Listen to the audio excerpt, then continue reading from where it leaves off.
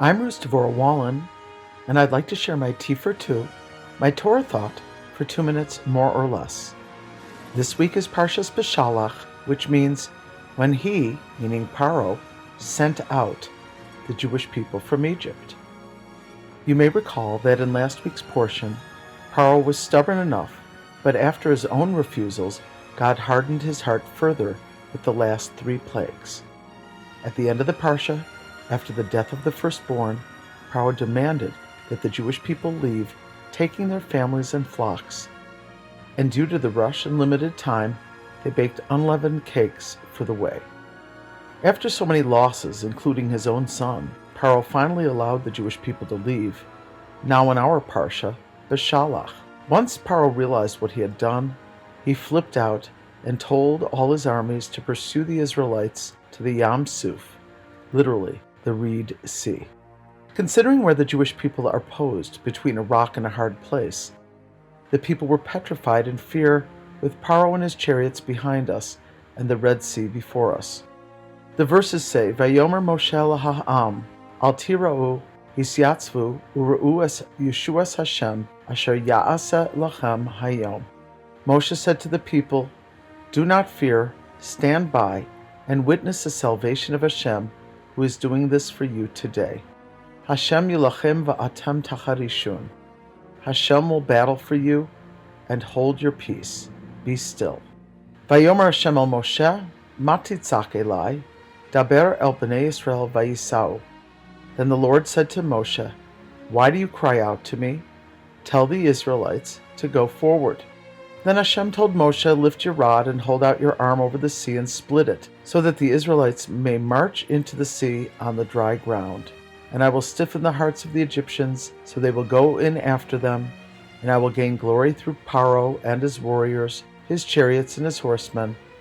Let the Egyptians know that I am the Lord, when I gain glory through Paro, his chariots, and his horsemen. Alan Liu, may he rest in peace, was a fascinating New Age rabbi. Prior to his rabbinic studies, he was a Zen Buddhist for 10 years. Toward the end of his life, he was a conservative congregational rabbi in San Francisco. In his book, Be Still and Get Going, he shares Torah insights in daily living based on these verses. Here's his 5-step formula for mindful presence and serving Hashem without panic. Moshe begins with the encouragement of Al Tira'u, don't be afraid. Although there are various words for fear, Yireh is the kind of fear that is for something truly challenging, not just an imagined panicky fear, which might be called pachad. The Red Sea is before us, and the Egyptians are on our tail. To get through this, we must not be afraid. Then Moshe says, Hisyatzvu, collect yourselves. If you get yourself together, it's much easier to get to the next step, Ura'u, and you'll be able to see and witness the salvation that Hashem will make for you today. Only if one is calmed down enough can one see clearly. Then Tacharishun, be still, be quiet, hold your peace. Stillness is the prerequisite to action. This is the place of strategy.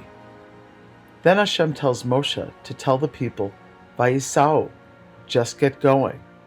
Once we've attained insight and tactics, we can move forward. So to summarize, if we're frightened and in a dilemma, we know something has to be done, but we don't know what it is, and we're stuck, first we need to acknowledge the problem, but not be afraid of it. Al tira'u. Then get ourselves together. Hisyatzvu. Stand still. As Alan Liu says, reconstitute ourselves. Then we have the presence to experience it for what it is. So then we look at it, Ura'u, and observe it, becoming mindfully aware. Then we need to be still, Tacharishun, attain the point of deep quiet. Then only out of the true stillness are we able to Vayisau, go forward, confident we're doing what we need to do at the right time. May we be able to learn the principles in these verses and put into practice this 5-part formula for moving through challenging times in our lives.